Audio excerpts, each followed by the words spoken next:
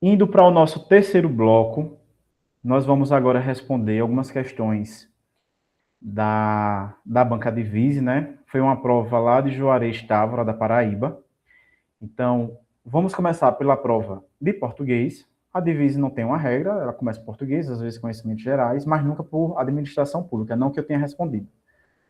Certo? Então, vamos lá. O mesmo estilo de prova, perguntas bem objetivas e questões de interpretação de texto. Qual a orientação que eu sempre faço? Antes mesmo de começar lendo o texto, já dá uma olhadinha no comando das primeiras questões. Porque pode ser, como já aconteceu, de não haver necessidade de ler o texto. Porque ela já indicou a linha daquela pergunta, daquela opção, daquele item. Certo? Então vamos dar uma olhadinha aqui na primeira questão. Primeira questão. O trecho qualquer sombra de dúvida havia se desvanecido. Linhas 16 e linha 17. Veja só que ela já deu aqui a linha, né? Linha 16. A gente já marca logo. E linha 17. Pertinente ao caso de Pierce sobre o roubo do seu relógio. Significa, em outras palavras, que, ou seja, até agora a gente não precisa ler o texto. A gente só precisa entender esse fragmento, esse trecho, e ver o significado que a banca deu como alternativa. Vocês conseguiram dar uma olhadinha, tentaram responder essa prova antes dessa correção, porque é importante, inclusive, para corrigir e para sanar as dúvidas. Certo? Então vamos lá. Nesse trecho, qualquer sombra de dúvida havia se desvanecido. Em outras palavras, ele está dizendo que a sombra do ladrão teria sido vista rapidamente por Pierce. Agora Pierce tinha certeza quem era o ladrão. C. A sombra que Pierce tinha visto poderia ou não ser a do ladrão. D. Não havia mais dúvidas de que um homem fora acusado inocentemente. E E. As dúvidas de Pierce sobre quem o roubou tinham aumentado. Para a gente se contextualizar, a gente pode ler o último período, né?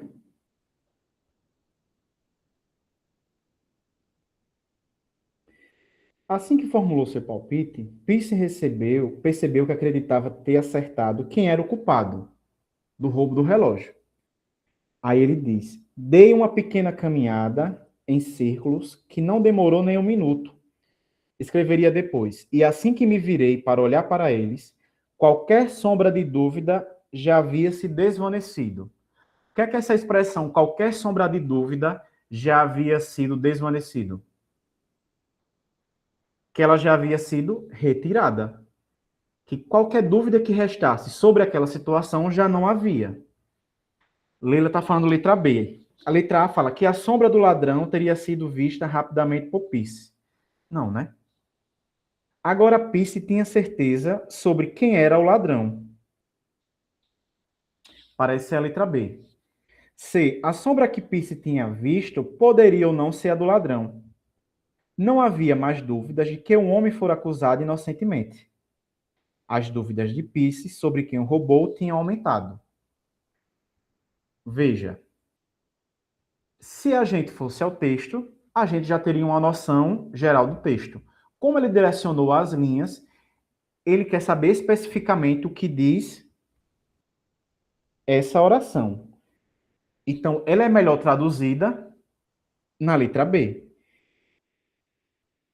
Agora, Pierce tinha certeza sobre quem era o ladrão. Ou seja, não havia mais dúvida de quem era o ladrão. É a letra B, certo? Aí, quando a gente chegar lá na segunda questão, não tem para onde a gente fugir, ele já fala em relação ao texto. E aí ele dá várias assertivas, né? Então, a gente não tem o que fazer, a gente vai ter que ler o texto. Qual a primeira coisa que a gente faz quando olha para um texto? O título, subliminar, prefácio. E a referência. O autor Leonardo Milodnau.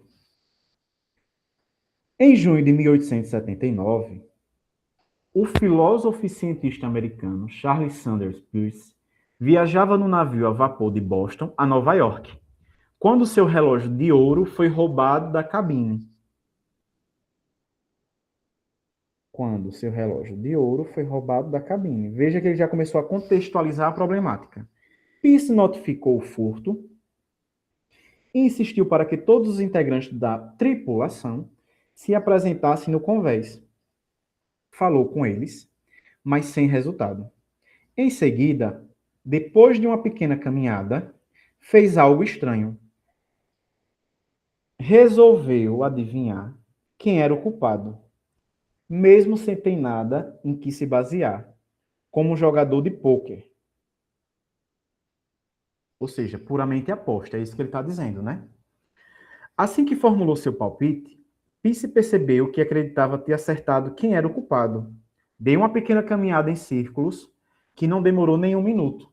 Escreveria depois. E assim que me virei, para olhar para eles, qualquer sombra de dúvida já havia se desvanecido. Não havia mais dúvida, né? Pisse abordou o suspeito com firmeza, mas o homem encarou o blefe e negou a acusação. Sem provas ou uma razão lógica em apoio à sua afirmação, nada havia a fazer até o navio atracar. Quando aportou, Peace imediatamente pegou um táxi, foi até o escritório da agência local de Pinkerton e contratou um detetive para investigar o caso. O detetive encontrou o relógio numa mesa de penhores no dia seguinte. Peace pediu que o proprietário da loja descrevesse o homem que tinha empenhado o relógio. Segundo Peace, o homem do prego descreveu o suspeito tão exatamente que não era possível haver dúvida de que se tratava do homem de quem eu desconfiara. Peace conjecturou sobre a razão de ter adivinhado a identidade do gatuno e chegou à conclusão de que alguma espécie de percepção instintiva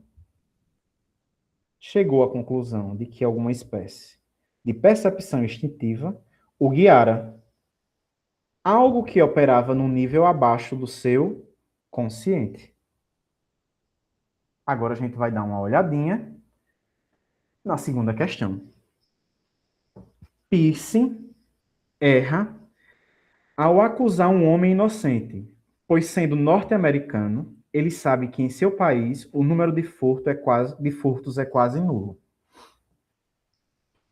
Quando a gente vai para uma análise de texto e interpretação, a gente tem que ter cuidado com o quê? Com aquilo que o texto disse, com aquilo que foi narrado, com o significado daquilo que foi narrado, que foi o que a primeira questão cobrou, e com aquilo que o texto, com aquilo que a questão pode extrapolar. Em algum momento ele falou sobre que em seu país o número de furto é quase nulo. Ele deixou isso claro? Ele afirmou isso? O texto disse isso em algum momento? Não. Daqui, por aí a gente já poderia anular, né? E Peirce erra ao acusar um homem inocente? Até o meio do texto era uma possibilidade. E ele compara o quê? A um jogo de pôquer, né? Que é a pura aposta. Mas depois houve uma descrição e aí se verificou que parece que ele acertou. E que ele acusou o homem que realmente era culpado. Não era isso? Então, essa questão aqui, essa assertiva aqui está errada, né? Ele quer saber as corretas. Então, aqui está errado por esse motivo. Ele não falou que em seu país o número de furtos é quase nulo e que Peirce errou, no final das contas, que ele errou. No final das contas, ele acertou. Todos concordam, né? 2. A paranormalidade de Peirce fica evidente quando ele encara o suspeito. E aí?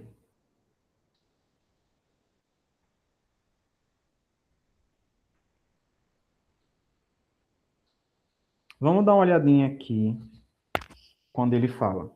Resolveu adivinhar quem era o culpado, mesmo sem ter nada em que se basear, como jogador de pôquer. É.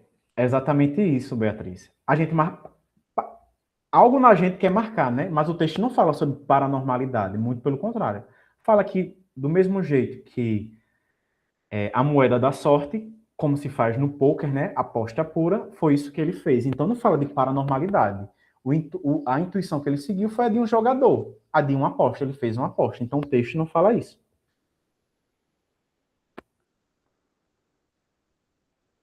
3. Pisse bateu no suspeito. A palavra blefe significa isso. Na linha 19. A palavra blefe significa o quê?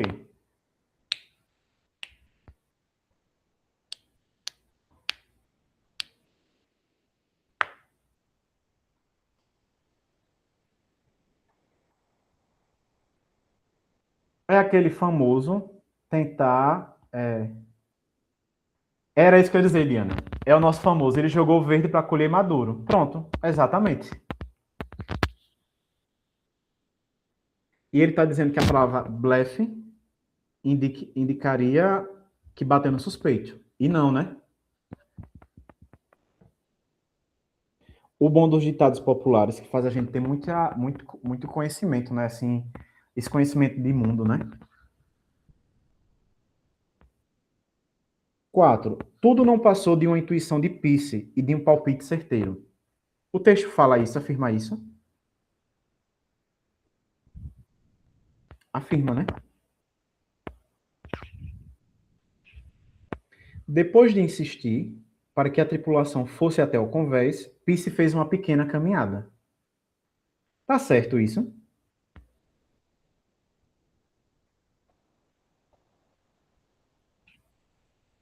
Tá, né? Lá na linha 13. Dei uma pequena caminhada em círculos, que não demorou nem um minuto. Então, os itens acima correto é o letra D, né? Isso. 4 e 5. Letra D. Tranquilo até aqui, né, pessoal? Qual é a atenção que a gente deve ter aqui? Não extrapolem. Vocês têm que achar aquilo que foi dito no texto. O texto, a questão às vezes tenta fazer com que os nossos sentidos, né, Beatriz, busque esse gosto de querer marcar, mas não marquem. Quem faz muito isso é a Sebrasp, né? Adora extrapolar. Terceira questão. Estas expressões que aparecem no texto 1 marcam a mesma circunstância. Quando o seu relógio de ouro foi roubado da cabine, em seguida, assim que formulou seu palpite, assim que me virei para olhar para eles. A circunstância que estas expressões indicam é de.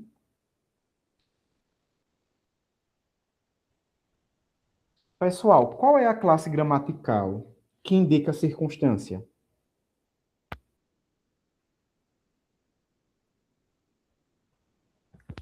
É o advérbio, né? Quando a gente suspeita que ali há um advérbio, a gente pode fazer 3 perguntas. Isso eu ensinei na resolução de questões da aula passada. E eu vou falar de novo, tá certo? Para quem está chegando aqui. O advérbio geralmente responde a 3 questões. Ao quando? Fui à loja ontem. Como é que eu faço para saber se eu tiver na dúvida que ontem é um advérbio? Fui à loja quando? Respondi ao quando. Ontem, advérbio de tempo. Responde ao como.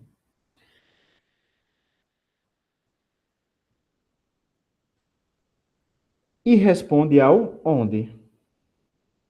Ao lugar.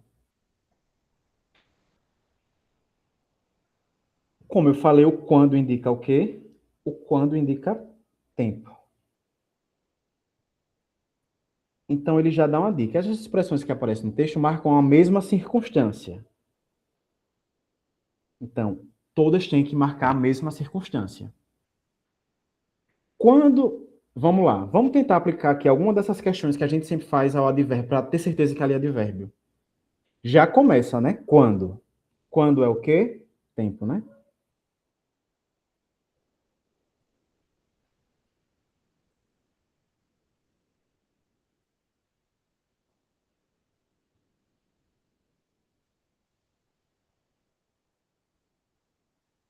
Então, aqui indicou tempo. E ele quer que indique a mesma circunstância.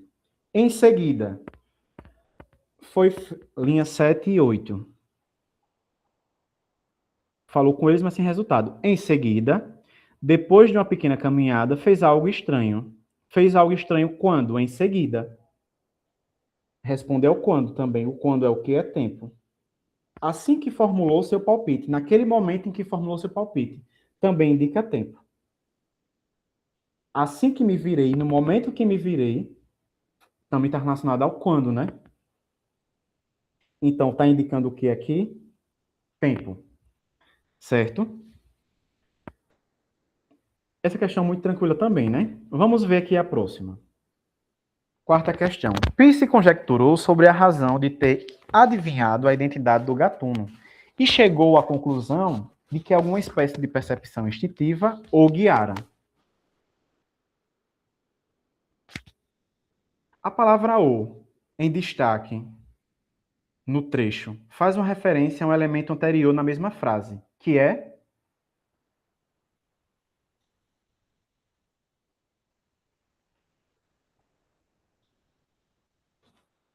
alguns A, alguns C. Vamos lá. Quem sabe o que é esse o aqui? Isso aqui é um artigo ou isso aqui é um pronome? Pronome, né? Que pronome é esse?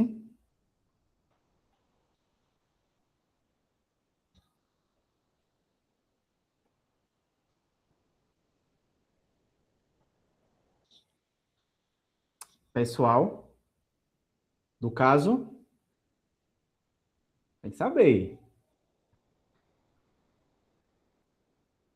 Um pronome pessoal, do caso, oblíquo. Não é isso? Esse o equivale ao quê? Vamos ver. Vamos lembrar primeiro os pronomes oblíquos.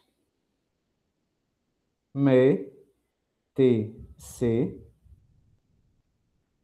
nos, vos, o, a,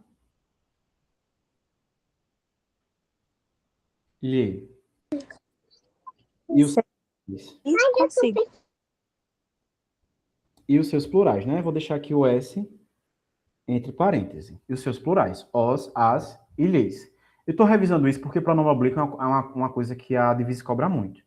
Então, esse o aqui é um pronome oblíquo.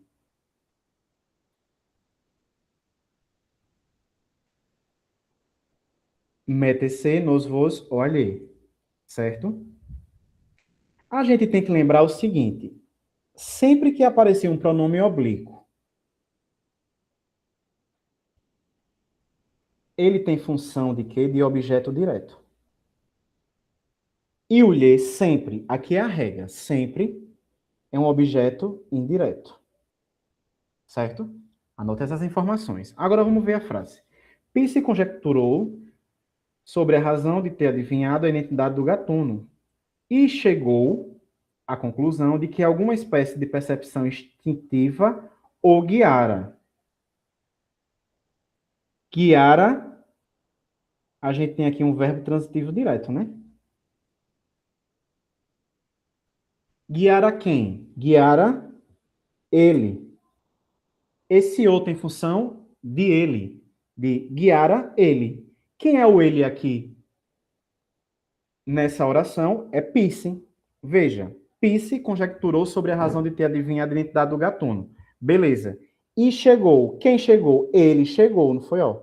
Ele chegou. Ele quem? Peirce. Chegou à conclusão de que alguma espécie de percepção instintiva guiara ele. Eu consigo substituir esse o por ele? Consigo. Então, faz uma referência a um elemento anterior na mesma frase, que é a Peirce. Certo, pessoal? Pronome oblíquo. Átono, viu? Beleza? Então a resposta é a letra A, certo? Vamos dar uma olhadinha agora aqui na quinta questão, muito tranquila também. A separação silábica correta da palavra dióxido é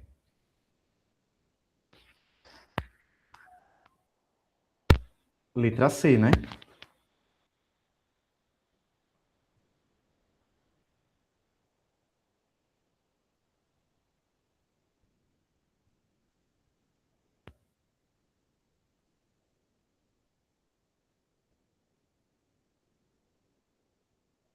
Dióxido.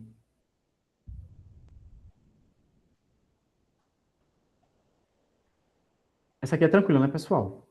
Essa foi a questão dada, para ninguém errar. E foi nível superior, viu? É como eu disse, 3 questõezinhas fáceis, 4 média, e ela tenta dificultar nas outras 3. Vamos dar uma olhadinha agora aqui na sexta, né, questão. Na sexta questão trouxe um texto do Calvin Haroldo. Fico contente de ver você fazendo seu dever de casa. Como está indo na lição de matemática? Aí o menino responde: estou indo bem. Quão bem? Realmente bem. Está conseguindo resolver todas as questões? Eu não disse fenomenal. Há uma diferença de opinião entre Calvin e seu pai sobre ir realmente bem nos exercícios. Escolha a alternativa que explica essa diferença. Então, a questão está aqui, ó. Pergunta como ele está indo. Ele fala, estou indo bem. O pai pergunta, quão bem? Quanto bem? Ele responde, realmente bem. Está conseguindo resolver todas as questões? Eu não disse fenomenal.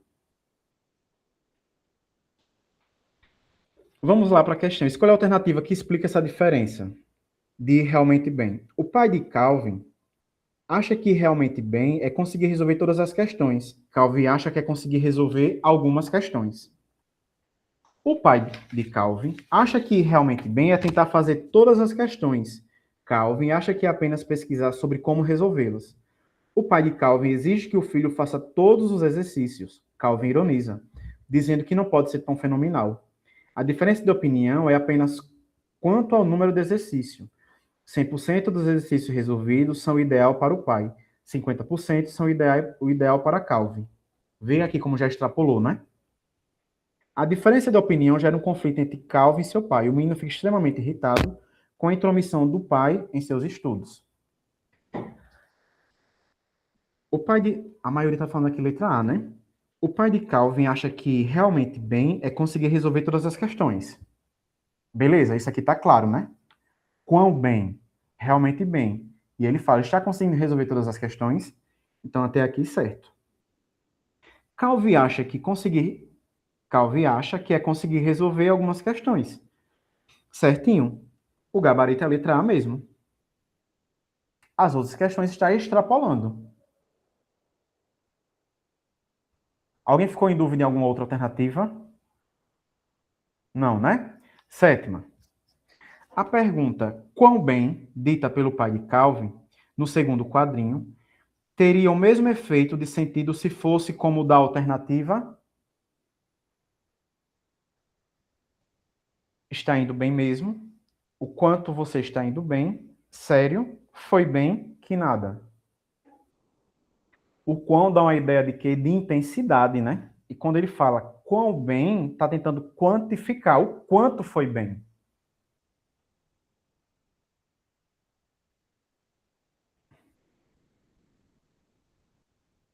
Tenta quantificar. Letra B. Oitava questão. A análise morfológica das palavras constituintes do sintagma realmente bem, dita por Calvin no terceiro quadrinho, está correta em... Deixa vocês responderem essa também.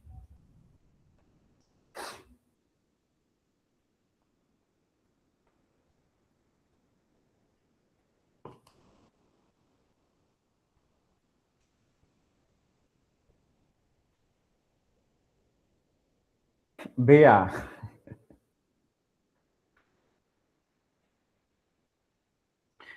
Pronto. A gente já viu lá as perguntas que a gente faz ao advérbio para descobrir isso que é um advérbio, né? Mais um outro conceito de advérbio. Minha gente, as bancas adoram advérbio, todas as bancas.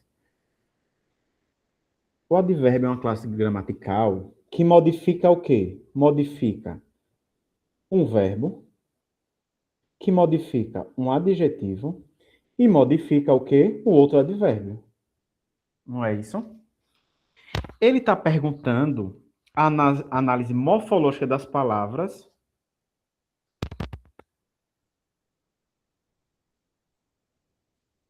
Realmente. Opa. Realmente bem. A gente já aprendeu aqui, né? O macete. A gente responde ao como quando tem um realmente. Terminou em mente, a gente já sabe que é um advérbio, né? Realmente bem. Aí vamos lá. BA. Vamos ver aqui a letra A. O advérbio realmente, beleza, a gente sabe que é um advérbio, terminou em mente, né? De circunstância, como? Realmente. Modifica outro advérbio. Bem. O advérbio realmente modifica o adjetivo bem.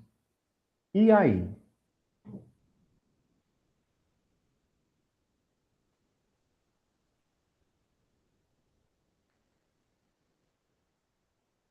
Veja só, nessa expressão isolada, a gente não tem uma oração, né? Há uma oração quando a gente tem a presença de um verbo. Quando ele fala ali realmente bem, ele está se referindo àquele o segundo quadrinho. Estou indo bem. Certo? Quão bem? Realmente bem. Veja só, quando ele fala quão bem, está perguntando a intensidade de quão bem ele está indo. Não no sentido de adjetivo, no sentido de quê? De um advérbio de intensidade. De modo, bem. Quão bem é um advérbio de intensidade. E bem é um outro advérbio de modo. O modo como ele está indo é bem. Aí ele fala, o advérbio realmente modifica outro advérbio. Isso é verdade. A gente viu aqui, ó. Mas também pode modificar adjetivo, verbo e verbo, né? O outro advérbio. Bem, beleza. O advérbio realmente modifica o adjetivo bem. O que acontece? A banca considerou essa questão anulada. Certo? No gabarito preliminar, ela considerou que a letra A estava bem. O que faltou? Quando ele fala ali, as palavras constituintes do sintagma, sintagma é palavra. Não é isso? Então, assim, ele se recusa aqui à oração. Eu fui olhar depois o gabarito definitivo e ele mudou. Primeiro ele considerou anulado e depois ele mudou para a letra A, porque ele considerou bem o advérbio de modo, como ele estava. Bem. E realmente era um advérbio. Ele considerou que ali os sintagmas não foi analisado nenhuma oração, somente as palavras isoladamente. E viu ali que o realmente estava modificando somente a palavra bem, descontextualizada, só elas sendo analisadas morfologicamente separadas. Então a banca considerou a questão certa, a letra A, por considerar de uma maneira extremamente isolada, no gabarito definitivo. Mas no primeiro momento essa questão foi anulada, certo? Então tem que ter cuidado. Quando a banca cobra assim, ela precisa empregar isso melhor numa oração. Porque quando você emprega isso numa oração, você consegue perceber melhor os elementos morfológicos. O substantivo, o verbo, o advérbio e o adjetivo. A gente identifica logo o advérbio. Identificou o advérbio, vai ver a quem aquele advérbio está relacionado. Por exemplo, lá naquele quadrinho, estou indo bem, você vê que esse bem está modificando quem? Está modificando o verbo indo, não é? Então ali você já tinha um advérbio. Só que no quadrinho de baixo, realmente bem, foi analisado de uma maneira totalmente isolada. A banca posteriormente considerou como certa A letra A. Beleza, pessoal? Por isso que a gente tem que saber alguns conceitos. O advérbio, ele modifica o quê? Um verbo. Pode modificar o quê? Um advérbio. E também um adjetivo. Por exemplo, você está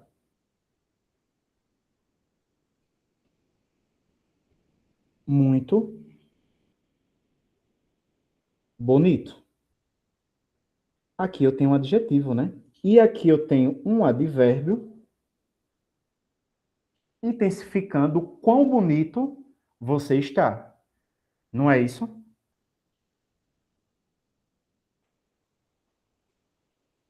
Ó, ela demorou demasiadamente.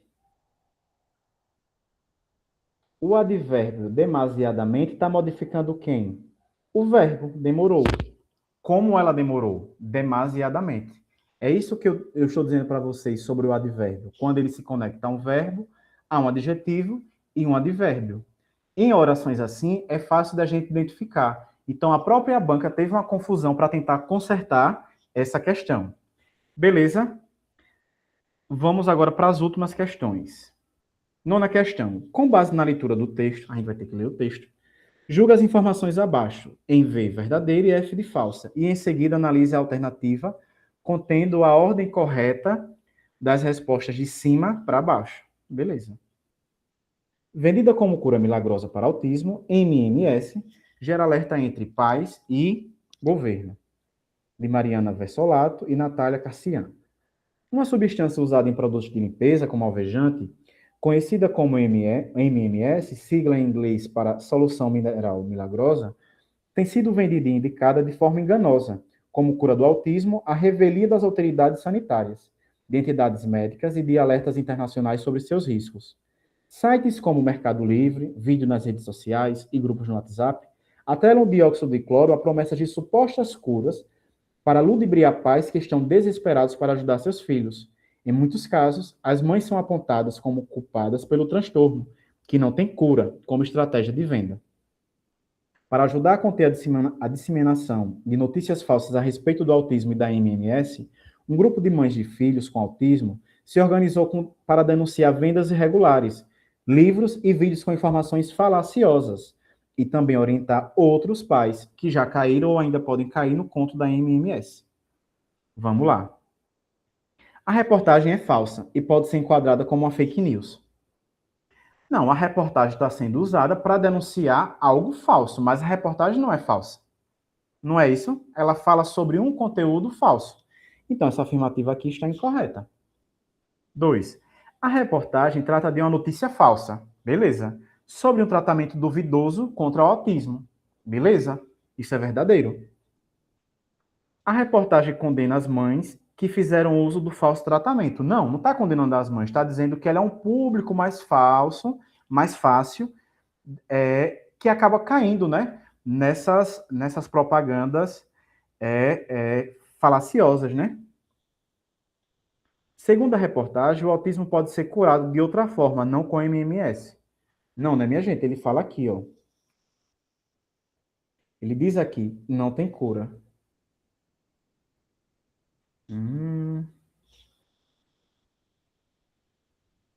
Que não tem cura.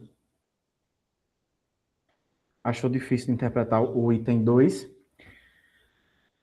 A reportagem trata de uma notícia falsa. Sim, está falando que a notícia da cura, ó, vê lá no título, vendida como cura milagrosa para autismo, gera alertas entre pais e governo.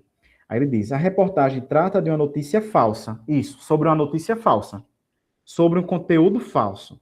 Sobre um tratamento duvidoso contra o autismo. Porque ele estava sendo vendido como tratamento verdadeiro, mas na verdade ele é um tratamento duvidoso. E aí a reportagem vai explicar que é uma propaganda falaciosa.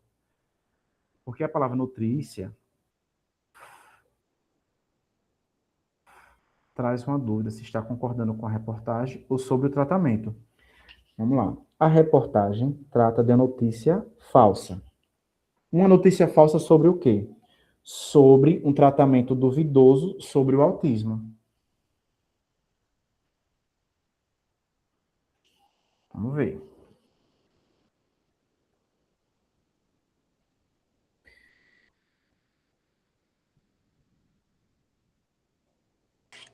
Eu acredito que se eu não achasse os outros itens errados, eu facilmente marcaria esse item como errado também, porque eu fiquei muito na dúvida. Tem alguma que ele dá todas falsas? Não, né? É porque assim, ó, se você marcar a primeira falsa, você tem que marcar a segunda verdadeira. Veja, ele diz na primeira, a reportagem é falsa e pode ser enquadrada como uma fake news. A reportagem não é falsa. Aí é uma reportagem verdadeira falando sobre um conteúdo falacioso. A venda de uma cura para o autismo. Na 2, a reportagem trata de uma notícia falsa. Exatamente. Qual é a notícia falsa? Que a MMS pode ser usada para tratar o autismo. A reportagem fala sobre uma notícia, trata de uma notícia falsa sobre um tratamento duvidoso contra o autismo. Por que um tratamento duvidoso? Porque as mães, ela encerra dizendo que as mães vão ter que se reunir para denunciar vendas irregulares e vídeos com informações falaciosas e orientar. Por isso que essa questão é verdadeira. Entendeu, Beatriz? Aí o quarto item diz, segundo a reportagem, o autismo pode ser curado de outra forma, não com MMS. Não, a reportagem disse que não tem cura, né? Falso. Algumas mães, seus filhos autistas e a imprensa se uniram para combater a fake news. Não.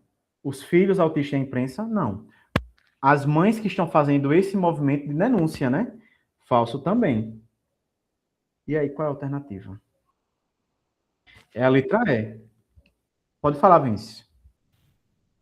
Rapaz, eu caí mesmo na parte de algumas mães e seus filhos, né? Mas é mães dos Vê aí filhos na linha autistas. 18. Né? Um grupo de mães de filhos com autismo se organizou para denunciar vendas irregulares. Aí ele fala que ele extrapolou, disse que algumas mães, seus filhos autistas e a imprensa. A imprensa não fez isso. Quem foi denunciar, a atitude de denunciar foi das mães. Ele extrapolou aqui. Tá usando aqui a imprensa, né? Aqui a fonte, a Folha, para relatar esse caso. E a conclusão desse caso foi que as mães se reuniram para denunciar, visto que elas são as maiores vítimas desse tipo de situação. Entendeu? Por isso que casca de banana, por isso que a letra E. Aí você já vê que ela que deu uma caprichada. A minha sugestão para vocês, ficou na dúvida, não marque. Faz como a Beatriz falou, vai lendo. Se você tem certeza, quando eu tenho certeza, eu faço assim, eu boto 2 vezes. Porque, tipo assim, eu tenho certeza absoluta. Eu morro afirmando. E aí depois vocês vão aqui analisando ó, a ordem, para ver a que melhor se enquadra. Mas se você marcou a primeira falsa, a segunda verdadeira. Se você marcasse a verdadeira primeira, a segunda você tem que marcar a falsa. Porque elas se contradizem. Entendeu? E a última questão da prova de português é... Vamos lá, 9. A conjunção adverbial à revelia, no texto 3, poderia ser substituída na frase em que aparece, sem prejuízo de sentido, como na alternativa. Botou esse monte de texto bonito, mas os textos estão todos iguais. Qual é a diferença aqui? Ele só mudou a partir daqui, ó. Para o desespero das autoridades. Com a anuência das autoridades.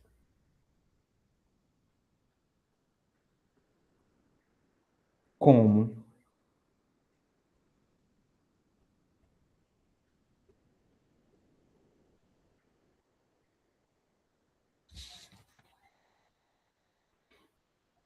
Lá na linha 5, a gente tem que ler a linha 5. Como cura do autismo, a revelia das autoridades sanitárias, de entidades médicas e de alertas internacionais sobre os seus riscos. Há uma substância usada em produtos de limpeza como alvejante, conhecida como MS, tem sido vendida e indicada de forma enganosa, como cura do autismo. A revelia das autoridades sanitárias. Ele quer saber o que é que significa. Eu posso substituir a revelia essa locução aqui adverbial, eu posso trocar por qual aqui?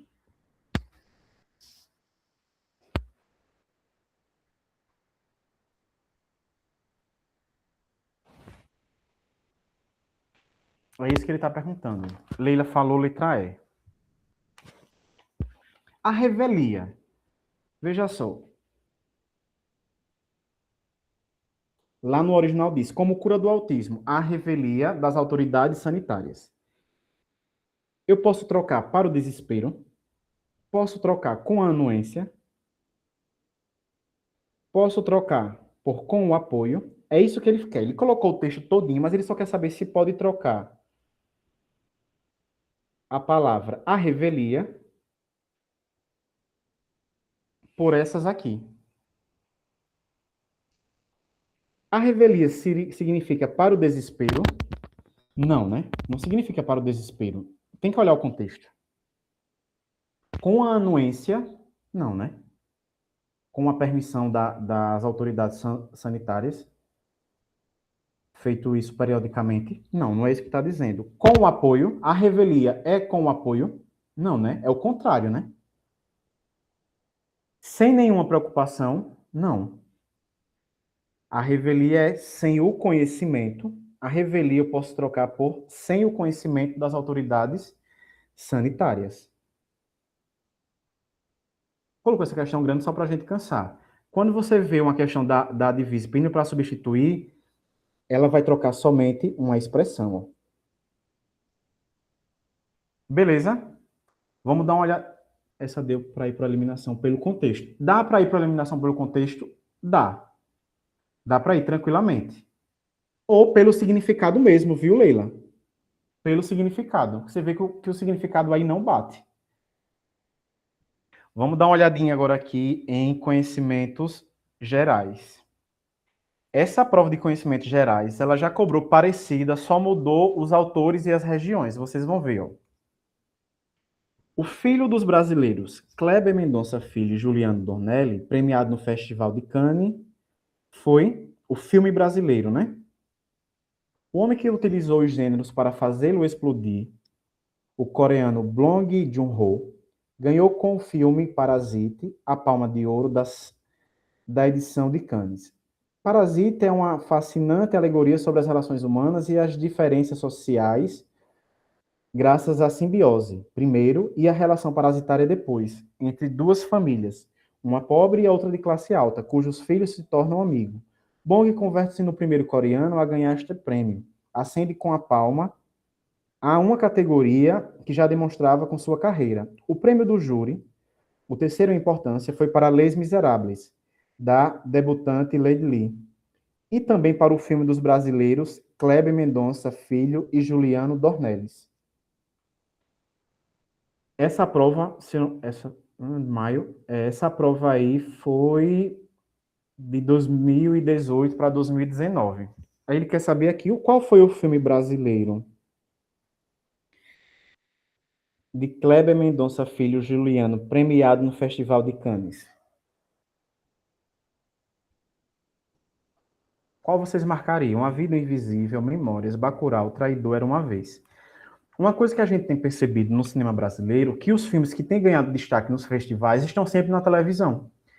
Então a gente teve, por exemplo, filme brasileiro Ainda Estou Aqui. A gente teve também, se eu não me engano, é O Filho de Mil Homens, né? E a gente teve um último agora do Wagner Moura. Alguém lembra o nome? Esqueci agora. O Agente Secreto, isso mesmo, Diana, o Agente Secreto. Então, veja, a banca pode cobrar dos filmes de 2025. Então, depois dá uma olhadinha no Google, porque se ela colocar um contexto de algum noticiário e perguntar sobre o filme, vai ser de algum filme do ano anterior à prova. Desse ano, como foi o ano de 2019, o ano que ganhou esse prêmio aqui foi o filme Bacurau. Então, o que, é que vocês têm que fazer? Dar uma olhadinha nos filmes de 2025. Do final de 2024 para o ano de 2025. Certo? Entraram em vigor no dia 1º de junho de 2019 as novas regras para concurso público, que estabelecem critérios mais rígidos para as vagas do Poder Executivo Federal. Federal. As determinações são do decreto presidencial publicado em março no Diário Oficial da União, que estabelece maior rigor na autorização de concurso público e na autorização de nomeação de aprovados. Trata-se de uma das novas regras para os concursos federais. Segundo o decreto citado na notícia acima, aparece até uma questão de noção da administração pública, né? Mas colocou aqui em conhecimento gerais da atualidade. Estava no jornal, estava na televisão, foi um assunto temático de 2019, por isso que a gente tem que assistir o Jornal Hoje, o Fantástico e as notícias locais. Trata-se de uma das novas regras para concursos federais, segundo o decreto citado na notícia acima. O concurso não terá prazo de validade maior que 1 ano, salvo se houver previsão no edital. Existência de planos semanais de contratações exoneradas. O Ministério da Educação vai analisar e autorizar todos os pedidos de concurso na administração federal direta, nas autarquias e nas fundações. Existência de plano semestral de contratação. Demonstração de que os serviços que justificam a realização do concurso público não pode ser prestado por meio da execução indireta.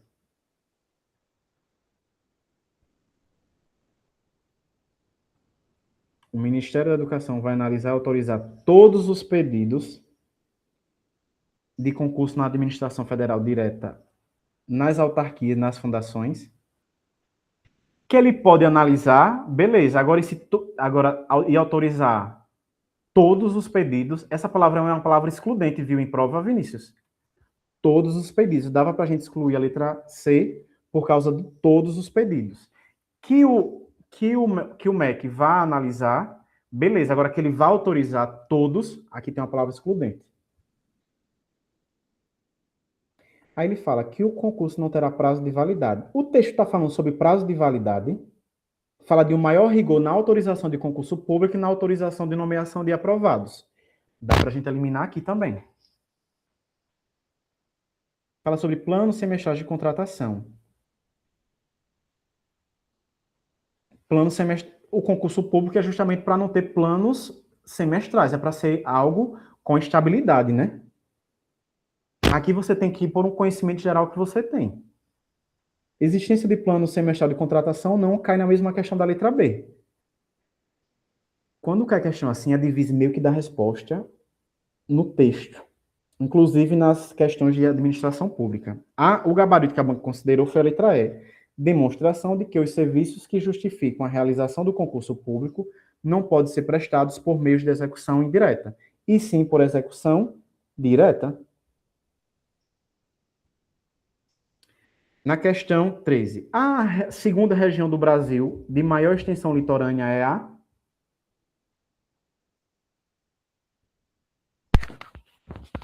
E aí?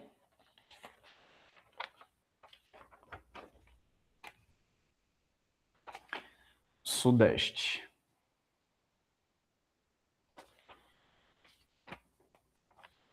Região Norte. Podem ir falando, viu?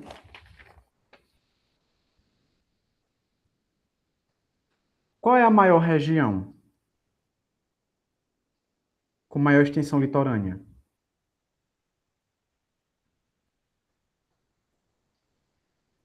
Nordeste.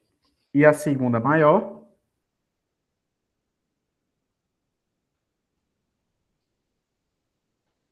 Deixa eu ver se alguém respondeu.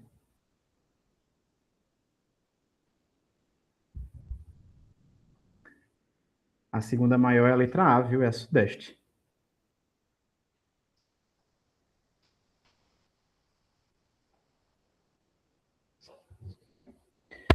Aqui é a região Nordeste.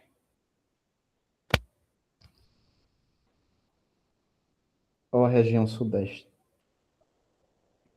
Tá vendo aqui, ó?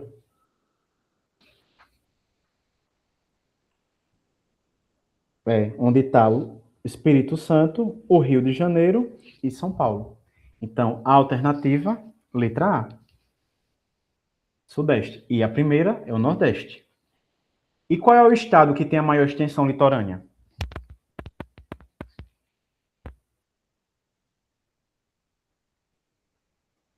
Qual o estado que tem a maior extensão litorânea?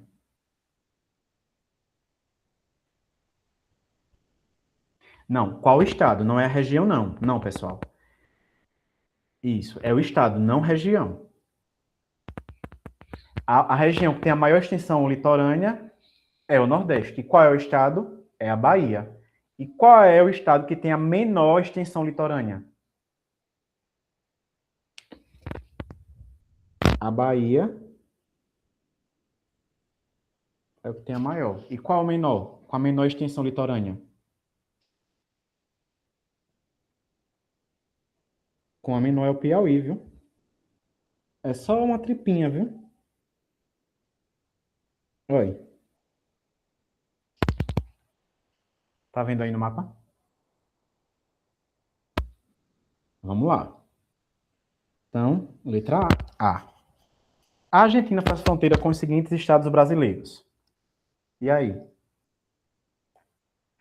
Rio Grande do Sul. Lourival, Oi?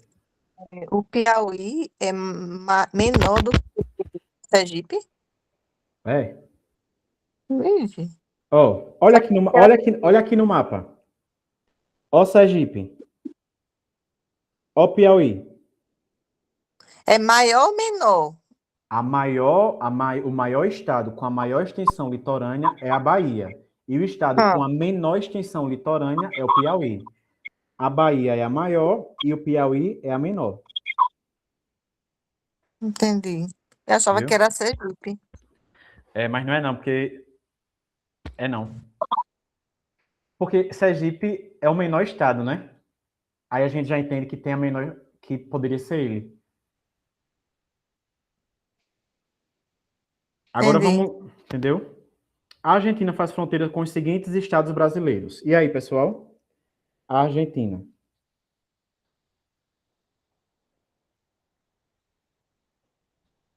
Faz com o Rio Grande do Sul.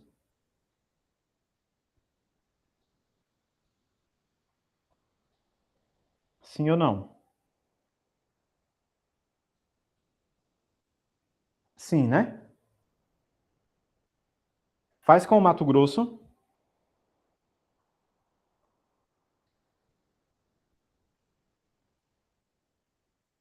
Não. Com o Paraná, faz? Tá dizendo que não. Com Santa Catarina. Vou botar a interrogação que ficou na dúvida. E Santa Catarina, faz? Faz. Vamos dar uma olhadinha? Pessoal, eu vou mandar para vocês depois esse material que eu fiz aqui, viu? Inclusive, vou mandar esse mapa também, que é bom vocês dar uma olhadinha assim diariamente.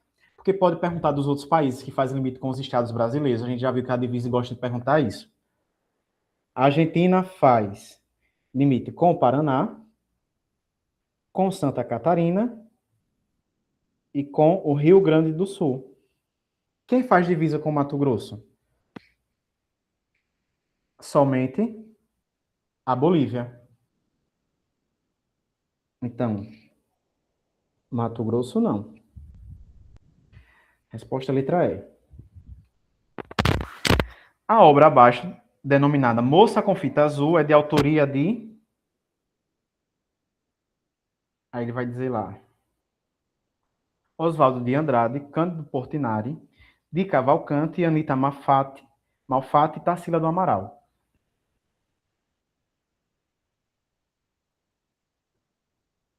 Eu trouxe para vocês um resumo, vou enviar depois, porque é preciso ter conhecimento de literatura para acertar essas questões. Então, vamos lá. Eu trouxe para vocês 5 figuras que são conhecidos como o grupo dos 5, né, do modernismo, que é Mário de Andrade, que a banca já cobrou, Oswaldo de Andrade, Menotti del Picchia, Anita Malfatti e a Tarsila do Amaral. Já cobrou Tarsila do Amaral. Quando falar de Tarsila do Amaral, se ela trouxer a foto, um retrato, uma pintura, o que é que vocês vão relacionar? A Tarsila do Amaral foi uma pintora, né? Conhecidíssima pela obra Abaporu, mas a gente tem que lembrar que o modo dela fazer arte são com... Qual é a característica aqui desse quadro dela? O arredondamento, né, das expressões. Vê, ó, os cactos, a terra, a mão. Então, esse é o estilo da Tarsila do Amaral.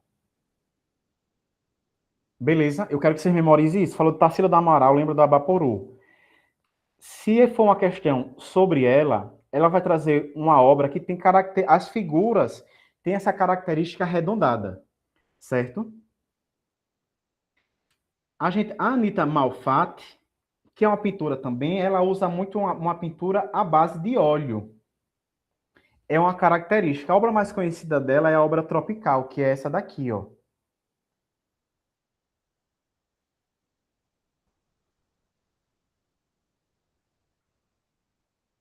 Essa moça com fita azul essa é uma questão difícil, é da Anita Malfatti. A Anita Malfatti, geralmente ela retrata elementos da cultura brasileira, como esse quadro aqui que é super conhecido como Tropical. Olha aqui as frutas. O abacaxi, né? A mulher com cesto, as bananas. Foi uma questão difícil, mas a gente ia ter que ir por eliminação. As alternativas. Oswaldo de Andrade a gente já ia cortar. Não, né? A Tarsila do Amaral não tem essa figura arredondada. O Cândido Portinari é conhecido por aquele azul Portinari, né? O tipo de obra, ele não é um autor modernista que valoriza a cultura da história a cultura da história brasileira. Não tem como eu mostrar aqui. Eu vou mandar um quadro para vocês do Cândido Portinari. A alternativa aqui é a Anita de Malfatti. E eu trouxe para vocês os 5 do modernismo, que é o Mário de Andrade. Se cobrar, pode cobrar algum trecho da escrita dele, que é um escritor, poeta e figura central do movimento modernismo. Qual a principal obra de Mário de Andrade? Mário não começa com M, é Macunaíma. É o livro mais famoso dele. Traz uma visão crítica da identidade do povo brasileiro, o personagem Macunaíma, o herói sem nenhum caráter. É uma releitura crítica de um símbolo nacional, o índio. Vê o Mário de Andrade aqui trazendo como elemento, a figura central aqui, a identidade do povo brasileiro, o indígena. Então, se colocasse ali Mário de Andrade, a gente já ia eliminar, porque ele não foi pintor, né? Ele foi escritor. O Oswaldo de Andrade também foi um escritor, conhecido pelo... A obra dele mais conhecida é o Manifesto Antropófago. O Oswaldo começa com o Manifesto Antropófago. É publicado, tarará, tarará, veículo de difusão do movimento antropofágico brasileiro. O sentido de antropofagia é você devorar, né? Tem esse sentido de devorar, mas dentro da cultura aqui do modernismo tem o sentido de você devorar os elementos da cultura estrangeira para tirá-lo da cultura brasileira. É uma hipervalorização dos elementos da cultura brasileira. Tem o Menotti del Pitta, que já apareceu em Prova da Divise, que é um poeta e escritor ligado ao movimento verde e amarelo. Foi ativista no modernismo, mas sua principal obra marcante é o poema Juca Mulato, em que a temática é o caboclo. Eu vou mandar esse material para vocês relacionarem. E aí eu coloquei as principais obras de cada um. A gente já viu que a autora dessa obra, A Mina com Fita Azul, foi a Anita Malfatti. E a Tarsila do Amaral já foi cobrada em prova. E se ela for cobrada de novo, a gente sabe que ela tem uma figura o quê? Mais arredondada, né? O estilo de pintura dela.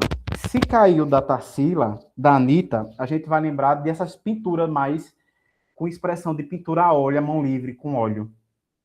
Você vê que não tem tantas figuras geométricas como tem na Tarsila do Amaral. Certo? Então, a nossa resposta aqui é a letra D. A 16ª questão. Pessoal que está chegando hoje, na primeira aula de Conhecimentos Gerais e Atualidade do Brasil, eu falei, no material tem falando sobre algumas autoras, a literatura brasileira. Deixei lá, porque fica melhor para a gente visualizar. Vamos lá. Foi uma poetisa e contista brasileira que só se tornou conhecida quando idosa, já com quase 80 anos de idade. Mesmo assim, ela é considerada um dos mais importantes nomes da literatura nacional, com suas obras sendo estudadas até hoje. Tá falando de quem aqui? Essa questão aqui, para mim, é uma questão fácil. Porque eu já ouvi muito falar e eu já li bastante. Vocês marcariam quem aqui?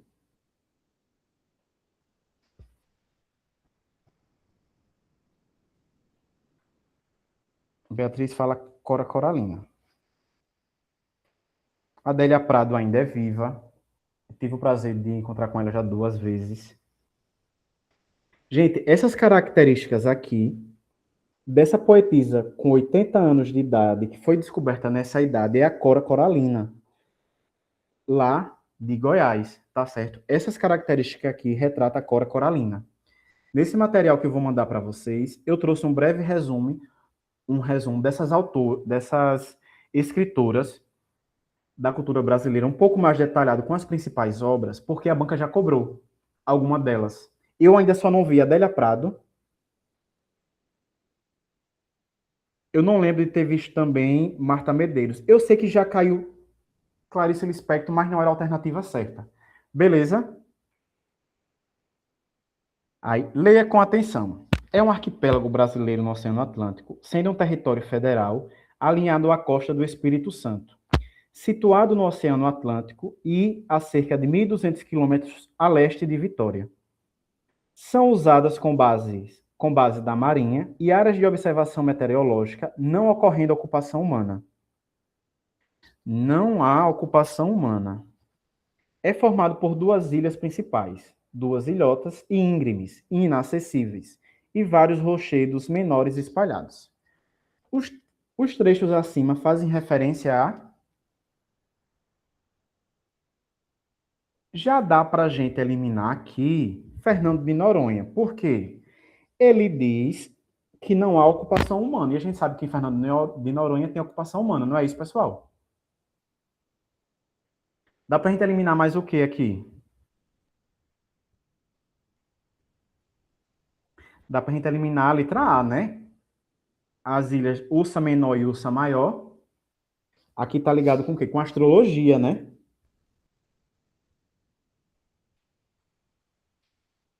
Aos penedos de São Pedro e São Paulo.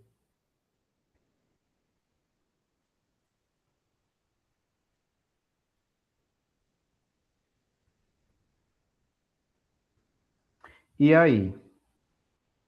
Aos penedos, ao atol das rocas. Ele diz aqui na questão, vê que ela ajuda um pouquinho. Ó.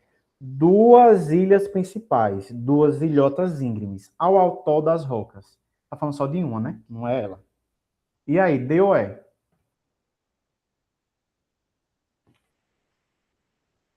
E aí, pessoal?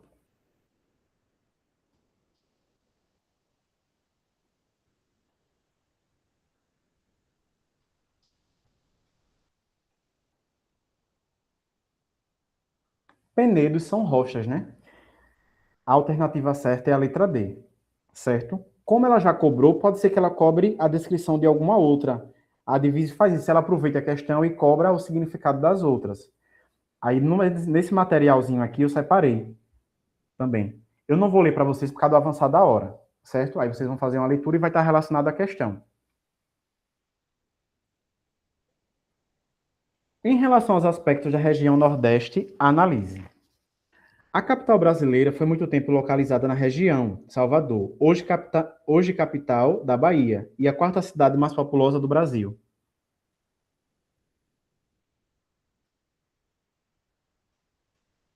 A região Nordeste do Brasil é a segunda maior região por extensão territorial.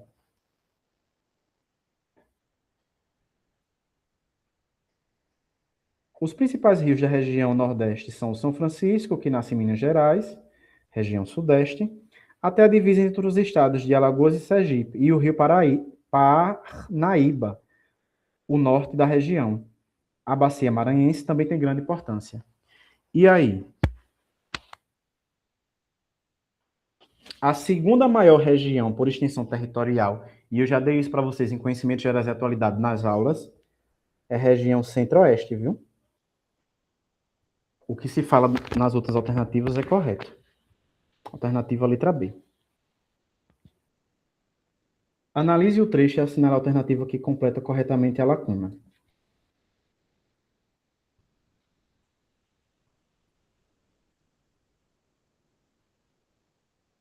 O que é que fica no centro de João, a 14 quilômetros do centro de João Pessoa? Que é dos pontos extremos do país. Isso também eu já falei para vocês, já dei na teoria de conhecimentos gerais e atualidades. É a famosa ponta dos Seixas. Isso mesmo, Ramon, ponta dos Seixas. 20ª questão. VOF. A economia paraibana se baseia na agricultura. E aí, como é uma questão de Paraíba, a gente vai responder como se fosse Alagoas. Dessas alternativas aqui, qual faz referência a Alagoas? A economia alagoana se baseia na agricultura, principalmente de cana. E de Pernambuco?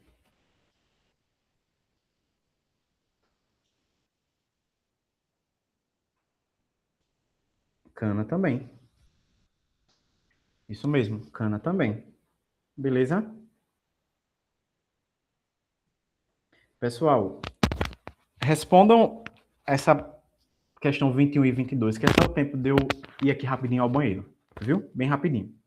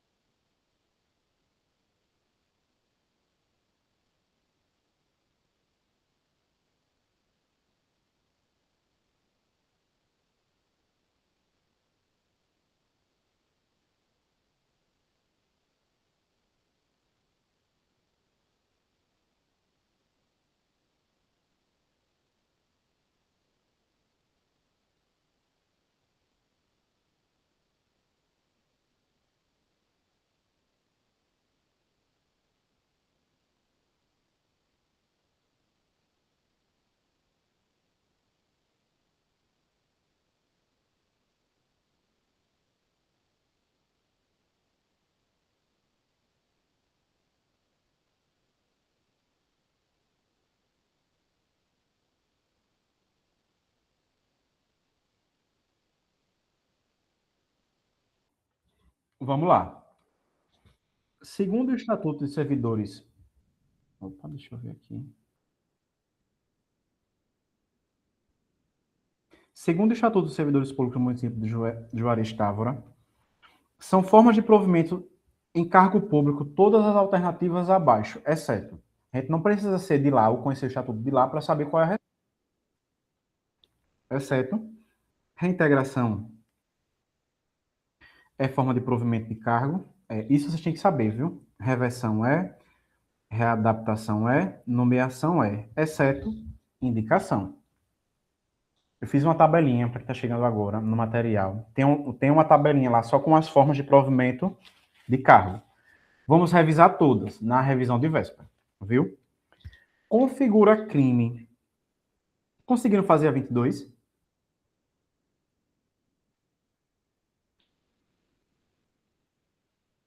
Configura crime de sonegação de contribuição prevista, de contribuição previdenciária, a conduta típica de suprimir ou reduzir contribuição social, previdenciária e qualquer acessório mediante as seguintes condutas: omitir de folha de pagamento da empresa ou de documento de informações previstos pela legislação previdenciária, segurado os empregados, empresário, trabalhador avulso ou trabalhador autônomo ou a este equiparado que lhes prestem serviço. Deixar de lançar mensalmente nos títulos próprios da contabilidade da empresa as quantias descontadas dos seguros ou as devidas pelo empregador ou pelo tomador de serviço. Omitir total ou parcialmente receitas ou lucros auferidos, remunerações pagas ou creditadas e demais fatos gerados de contribuições sociais previdenciárias. De acordo com o Código Penal, tudo isso para fazer a pergunta. De acordo com o Código Penal, assinar a alternativa correta sobre a extinção da punibilidade do referido crime, que é o crime de sonegação de contribuição previdenciária.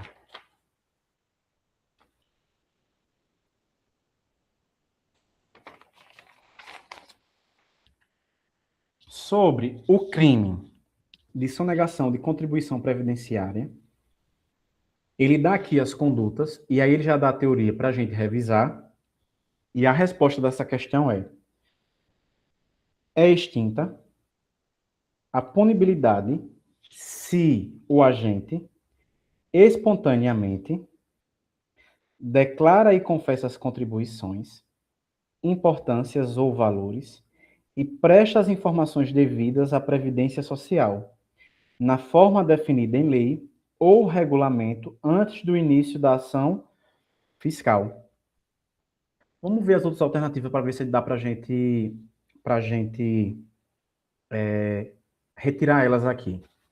A punibilidade será extinta se o agente negar a declaração das contribuições. Não, né? Só porque ele negou?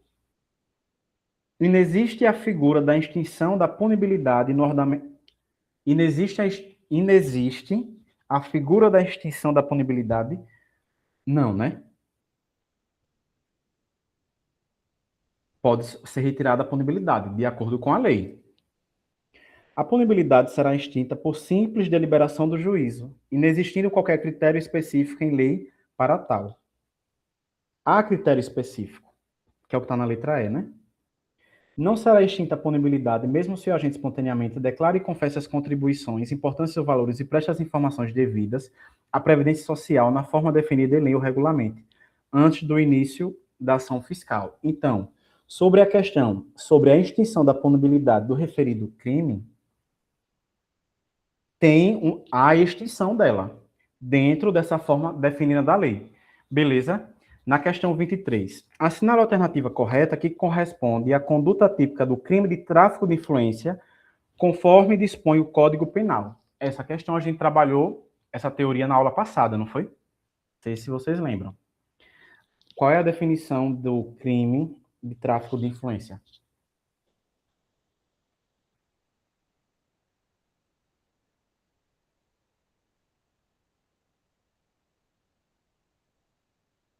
Letra D.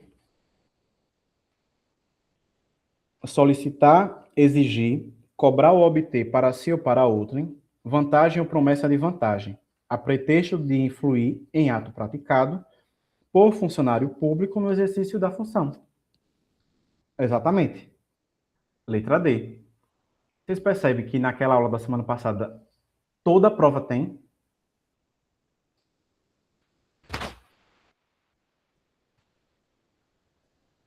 O Vinícius está falando que parece com corrupção passiva, né?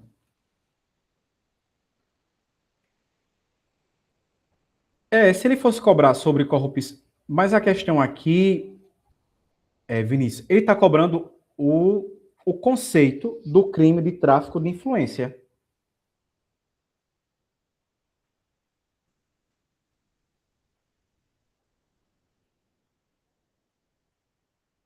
Não sei se chegou a dar uma olhadinha numa... É uma mistura de concussão e corrupção.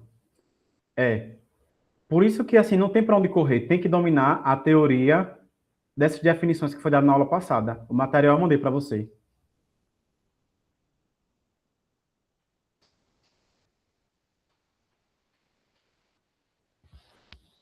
Então, a alternativa sobre a conduta típica do crime de tráfico de influência é a letra D. Solicitar, exigir, cobrar ou obter para si ou para outra em vantagem ou promessa de vantagem a pretexto de influir em ato praticado por funcionário público no exercício da função.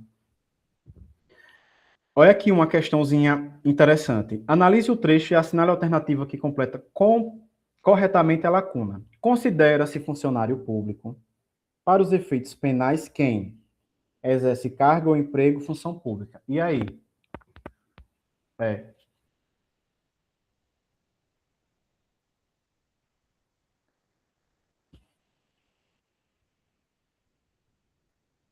O Vinícius disse que a 24 é a letra E.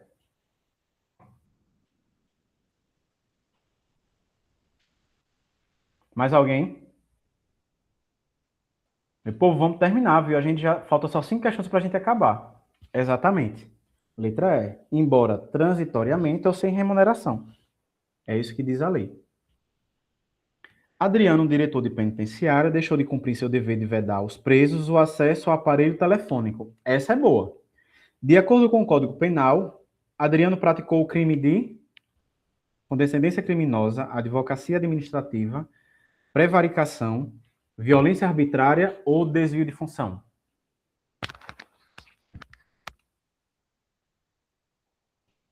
Prevaricar é o que, minha gente? Retardar ou atrasar o ato, não é isso? Omitindo ou deixando de fazer, prevaricação. Condescendência criminosa, tem que lembrar. Condescendência é quando você tem dó. A palavra é indulgência, né? Por indulgência, você deixa de punir. Advocacia administrativa, quando você usa a função para um interesse privado. Violência arbitrária, tem o uso de força. E desvio de função é função de cargo diferente daquilo ao qual você foi designado. Beleza? 26. Vou deixar vocês lerem responder essa questão, que eu estou ficando sem voz.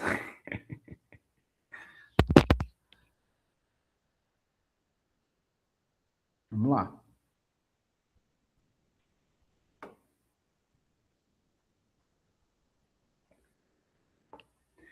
Marcelo, analista de sistema de informação em uma repartição pública, estava em uma grande dívida sobre os crimes praticados por funcionário público contra a administração em geral. A principal dúvida de Marcelo era em relação à conduta típica de modificar ou alterar o funcionário, sistema de informações ou programa de informática sem autorização ou solicitação de autoridade competente.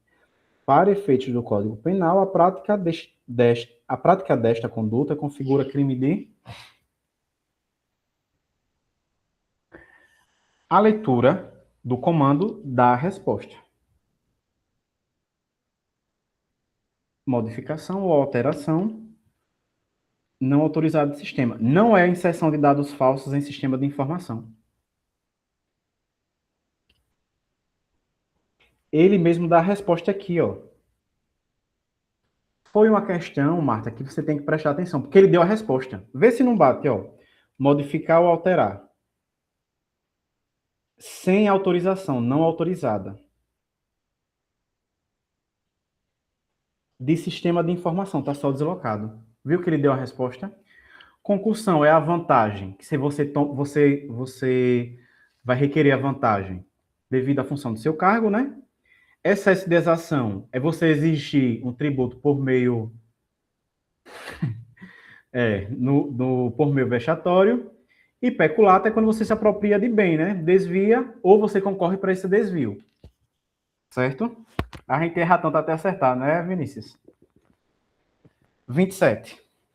O professor de Direito Penal, Juliano, deu aula sobre crimes contra a organização do trabalho e passou uma atividade para os alunos responderem em casa. A atividade consistia em uma pergunta que buscava a resposta sobre qual crime seria o crime praticado pela conduta típica de aliciar trabalhadores com o fim de levá-los de uma localidade para outra do território nacional. E aí?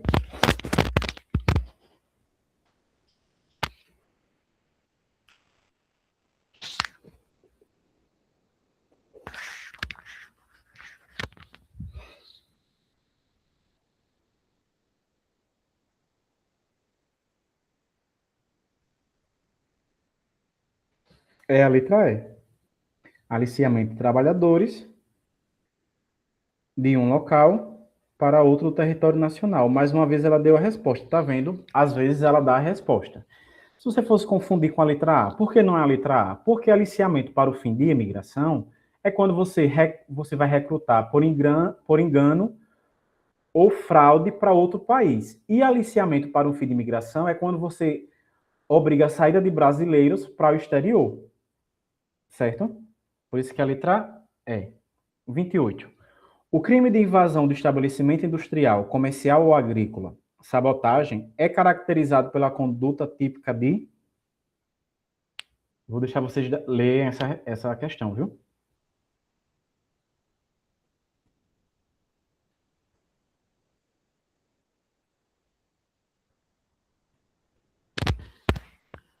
Invasão do estabelecimento industrial, comercial ou agrícola, sabotagem.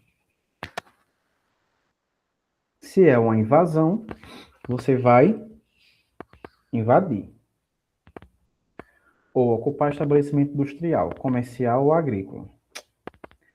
Com o intuito... Ele também meio que já deu a resposta aqui, não foi? Com o intuito de impedir ou embaraçar o curso normal do trabalho, ou com o mesmo fim, danificar o estabelecimento, ou as coisas nele existentes ou delas dispor. Que isso é sabotagem, né? Isso mesmo, Diana, na letra C.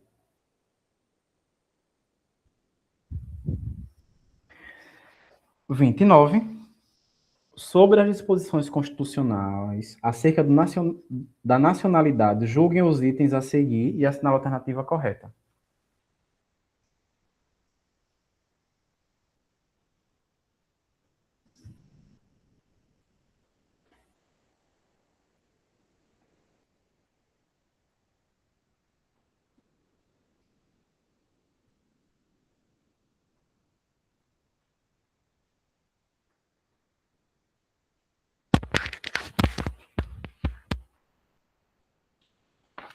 Vamos lá, a gente está acabando. Falta só o quê? 2 questões.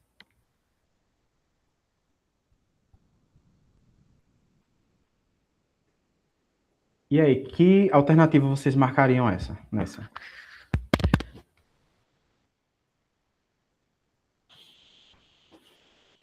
Vamos começar da 5 para a primeira. Os portugueses com residência permanente no país, se houver reciprocidade em favor do brasileiro, serão atribuídos os direitos inerentes ao brasileiro, salvo os casos de exceção previstos na Constituição. Lembra que a gente deu uma olhadinha nesse conteúdo sobre nacionalidade na aula passada? Olha, caiu. Essa afirmação aqui é correta, viu? O cargo de ministro do Supremo do STF é privativo de brasileiro nato?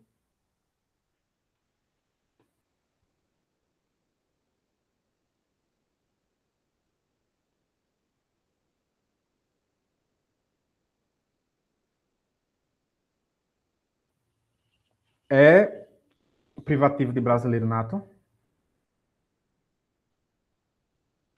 É. É privativo de brasileiro. Essa eu errei demais. É privativo. O cargo de oficial das Forças Armadas é privativo de brasileiro nato?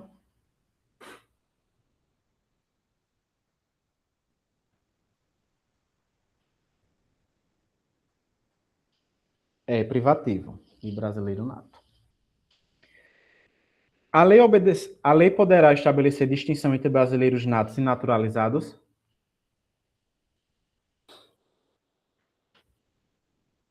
Gente, a lei não poderá. Não poderá. Isso mesmo, Vinícius, não poderá. São brasileiros naturalizados, nascidos no estrangeiro, de pai brasileiro, de mãe brasileira, desde que sejam registrados em repartição brasileira competente ou venham a residir na República Federativa do Brasil e optem em qualquer tempo, depois de atingida a maioridade, pela nacionalidade brasileira. Isso é o conceito de quê? De brasileiros o quê? Natos, né? Não naturalizados. Brasileiros natos. Certo? Então, a alternativa... O Vinícius falou letra A. Exatamente. Letra A. E a nossa última questão. Essa aula não vai nem para o YouTube, porque eu já estou fazendo quase hipoglicemia. Antes de começar a aula, eu fui correndo. Eu corri uns 3 quilômetros. E eu já estou aqui morrendo de fome. Vamos para a última. O pessoal que conseguiu resistir até o fim. Em relação ao voto, exercício dos direitos políticos e as condições de elegibilidade prevista na CF, assinale a alternativa incorreta.